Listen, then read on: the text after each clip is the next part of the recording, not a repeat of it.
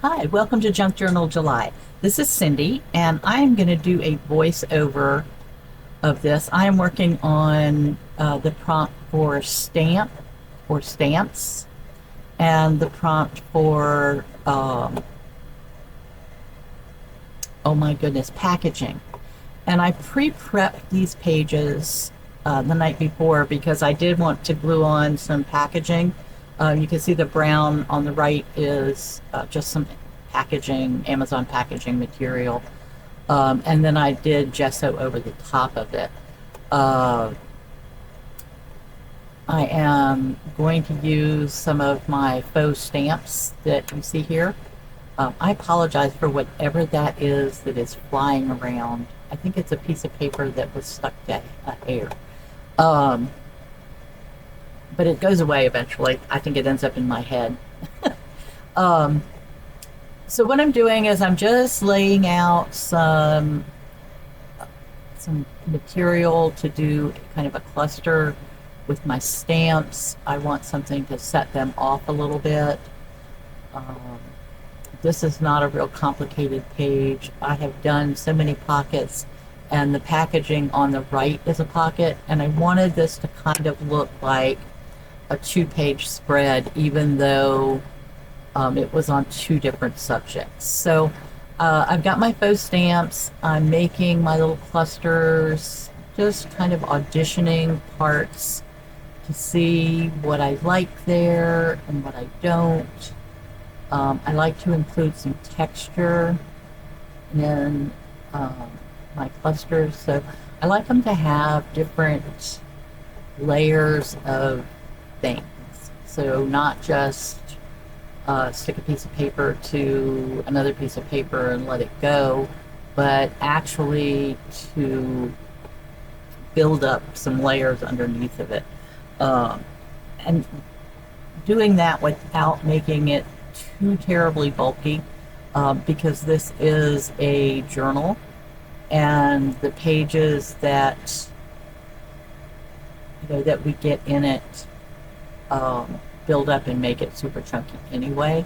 Uh, every every layer of paper adds a little bit more bulk to the journal, and I'm halfway through, and it's already getting pretty chunky, which is something I enjoy. But at the same time, it's got to be able to lay flat or go on a bookshelf or uh, not be a total alligator crocodile mouth. So I think I'm getting my pages here put together, and I am ready to start gluing. I am using tacky glue, I think, is what I end up using on this. You can see that my workspace is very small and very cluttered.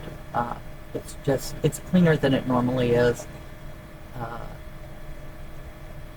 and I am looking for something.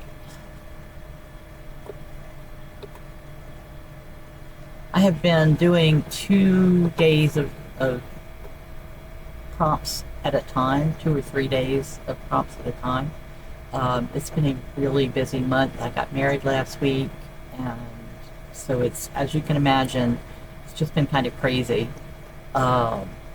And you will actually, in the flip through, see some of the pictures from our marriage and our adventure after our marriage. It's kind of strange to think of it as a honeymoon. I am going to do some stamping on this.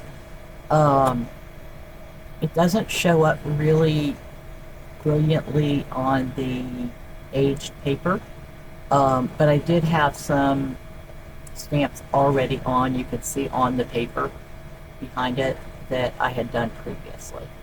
I am going to just go around and paint my edges here just to define the papers from each other a little bit. It really helps when you're laying down similar colors, and because I do a lot of vintage work, I am always using kind of tone on tone, aged papers, tea-dyed papers, coffee-dyed papers, and a lot of vintage book pages. This was from a vintage children's book that had been damaged. I try not to tear apart books that are still good, but a lot of the vintage books were not all that well made, and the paper's breaking down, the covers are breaking down, and it's just, we just are going to enjoy them in a different form now. As you can see, I'm inking the edges of my faux stamps. I can't remember where I bought these, but it was a whole set, and there's a variety of different country stamps. And I use them in clusters here and there. So now I'm going to grab the tacky glue. Normally when I'm doing lace or fabric, I use fabric tack. But I think because this was also thin, I decided that I could actually go with just the tacky glue and it would be sufficient. Fabric tack sticks a little bit better and doesn't get your paper as wet.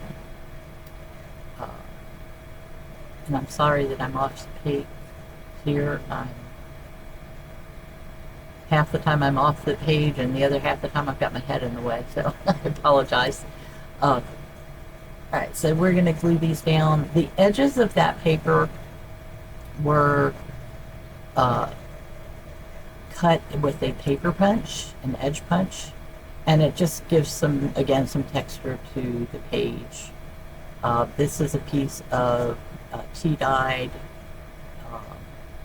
cheesecloth that I'm just using for a little bit of texture there.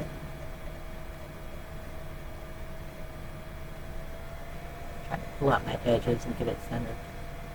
You'll see as we go through, I go back and I actually have to press this down several times as it's drying, because it does, the tacky glue does leave the finish really wet. And I've decided that this needs something else underneath of the stamp. I think I put another piece of book page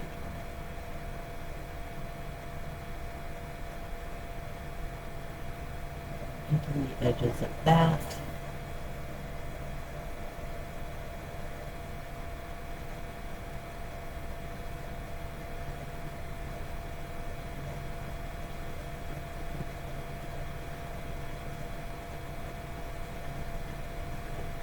Just putting a little bit of glue on this so that it doesn't,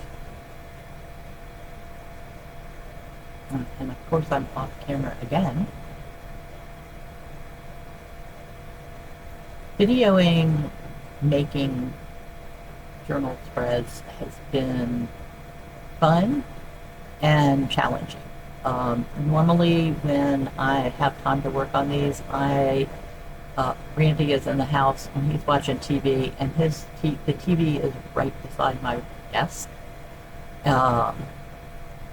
So I end up doing voiceovers, which is fine because right now I'm concentrating on where I'm going to put things, and I really forget to talk when I'm doing it. So this is kind of fun. All right, now I'm going to work on packaging. I love to work on corrugated cardboard. I love the texture that it gives when you pull the, let's see me pushing down on the other page. You can see the texture that you get when you pull off one side of the cardboard, and it leaves some of it still there. I love that texture. And I always try, while I'm going to cover up a bit of this, I always try to leave some of it, just because I enjoy it so much.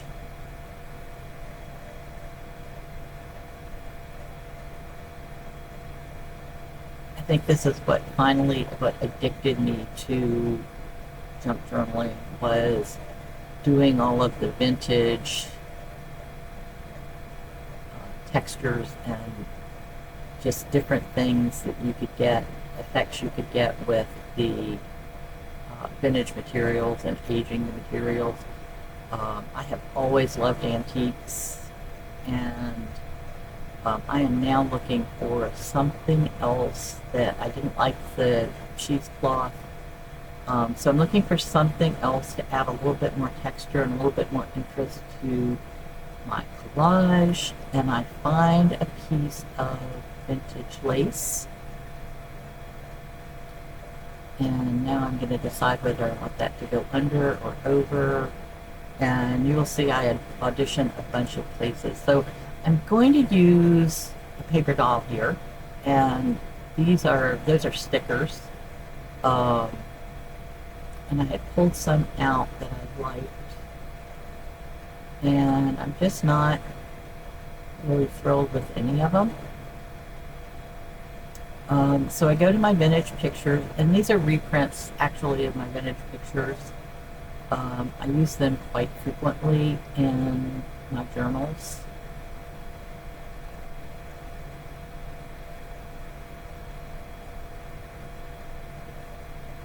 And I'm just trying to find the one that I really want. And I really like this little boy. He's just got so much character, and I decide to go with him. And I'm going to make a paper doll out of it. So I'm going to go ahead and just quickly cut this out. I do a lot of fussy cutting on my image pictures. And as you can see, it doesn't take a whole long time. So it's really quick to just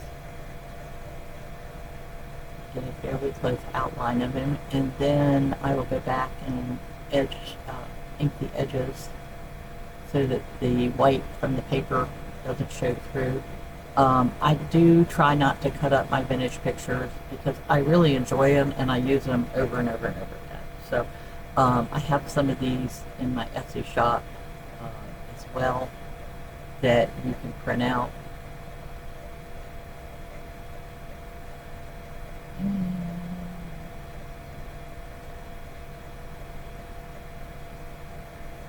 You see how cute he looks on this background.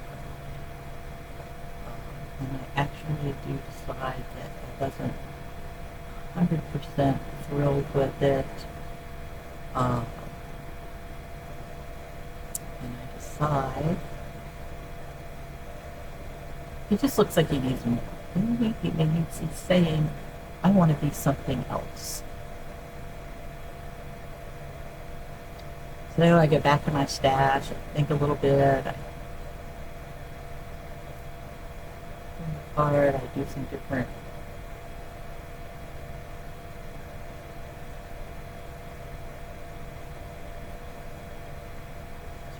angles, change things around a little bit.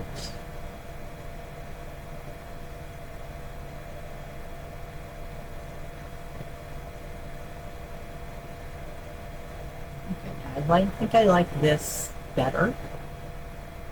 It's a much better layout, even though it is covering up more of my cardboard. You can still see it through the lace. And just still needs something else. Something a little bit more, give it a little bit more interest.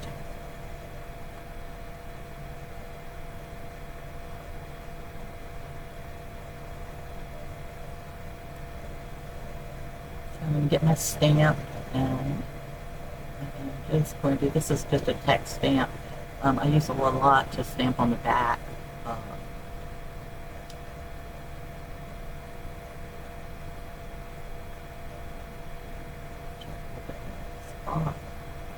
going to go ahead and ink this. I'm still not 100% happy with what I'm working on here. I'm going to see if this will give it a little bit more definition. Sometimes it's little things that make it pull all together.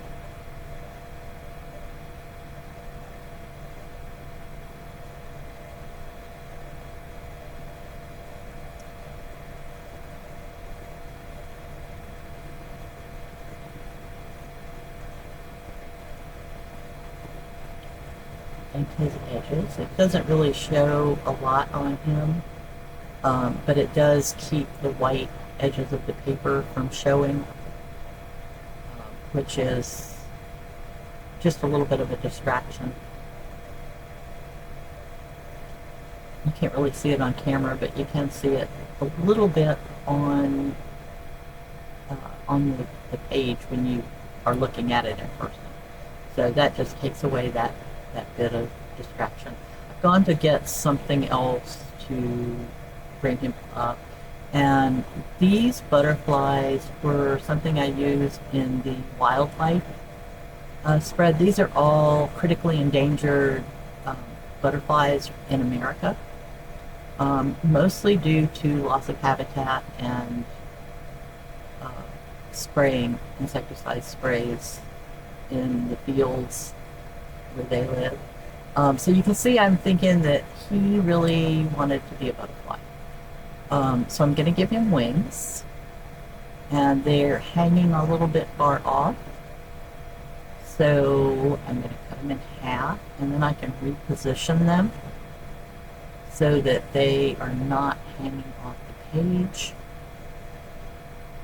off the card. This is a tag, so you can see how cute that looks. And I think this is what I end up with for my final spread. So I do go back and I ink these just because there is some white around the edges.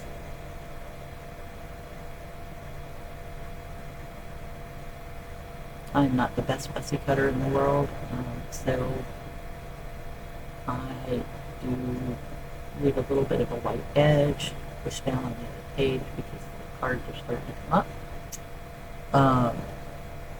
So we're going to put these down. I'm ready to glue. Happy with everything. I am going to use the Fabri-Tac on this one. Fabri-Tac is a silicone glue, and it does stick really well and quickly, and it does hold down fabric. So whenever I'm working with fabric, I use it a lot. I'm going to just put a few dots here and there to hold it down without trying to saturate it. If you are gluing down fabric and you use too much glue or adhesive, it does soak through and will make your fabric look glossy or wet. So I am just going to put some dots of glue here and there. You can see it's just really not very much at all. And then I'm going to, and it sticks fast. It isn't immediate, so you can still move it if you need to. I'm going to go ahead and use it on this little bit of paper too. This is another book page that I cut out. I was testing some punches before I sold them to see if I wanted to keep any of them. I did end up listing most of these on eBay. They do add an interesting texture to the paper, and I think I may keep a few just for that purpose.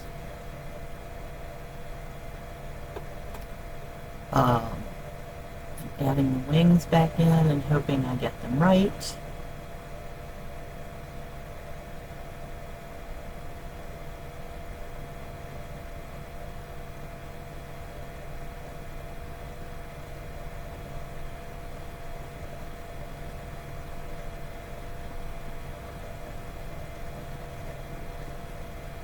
And I'm really not terribly picky, as long as they stay on the page so they're not hanging out over. I find that when things hang out over too much, they get caught on things and they just don't end up lasting in my journals.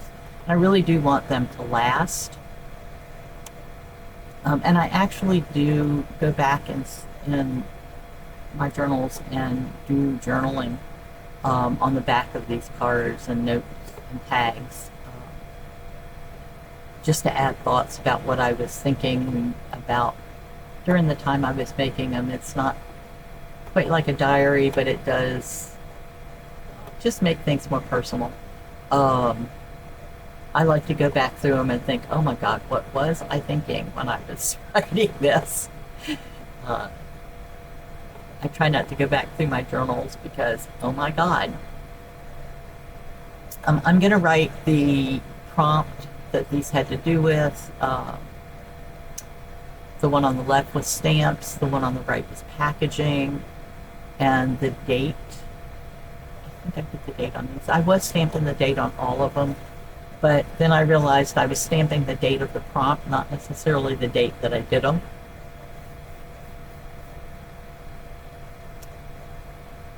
So my pen is not working really well. And I am having to go back over it several times. But this is the Junk Journal July prompt challenge has been so much fun, and I have really enjoyed it. It's really brought me back into junk journaling, which was where I started my art career, and it's grown since then. I do a lot of collage work and have some in galleries, but I really do enjoy just doing this, and mostly for personal use. I have sold a few, but a lot of these I just make and keep. And I'm actually starting to look at the journals themselves as an art form and not just as a place to make art, or a place to be, to journal your life. I think that junk journaling and art journal junk journaling in itself is an art form, and even if you don't do anything else in them, they are enjoyable.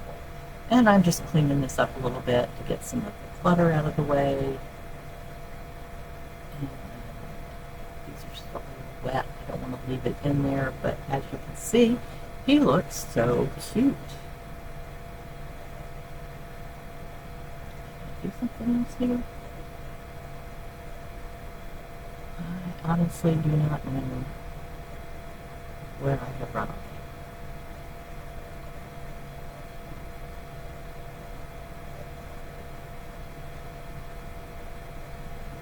Ah, I know what it is. He needs words. So he needs some kind of sentiment that, and I found the perfect one. It says, use your wings.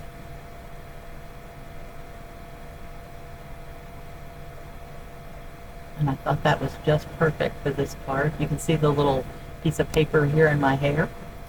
I apologize for having my head in it. I try not to do that.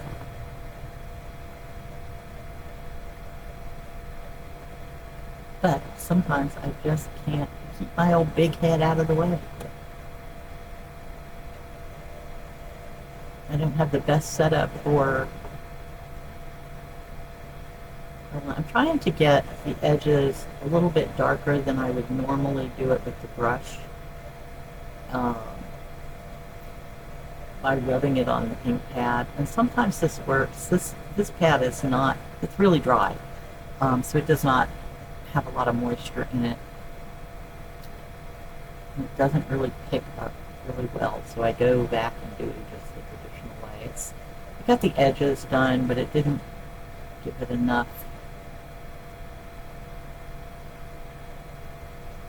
dimension for me. It still needed to look a little bit more, a little older. And I'm going to put it on a little bit of a backing, make a little bit of a cluster here. So I'm also inking the edges of this.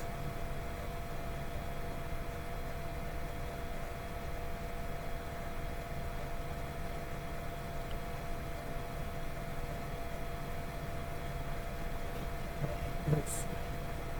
I'm going to put this on with tacky glue. All my glue is just about gone, so it takes it forever to come out. And shaking it does not help. I'm just going to tell you. It makes me feel better, but it does not help the glue come down at all. So I'm putting a little bit of tacky glue on. I'm going to center this on the little piece of paper. And then I try it on the card and decide that it's too big. So I trim a little bit off, and then I go back with the The good thing about tacky glue is that it's sticky, but it doesn't actually glue things down. You can still peel them off a little bit, peel them back a little bit if you need to, move them around a little bit, or a few minutes afterwards if you decide that things need to be adjusted after you glue. So here's my little guy. I think he's really cute. I love this tag. And I hope you have enjoyed this adventure and that you will like, subscribe, and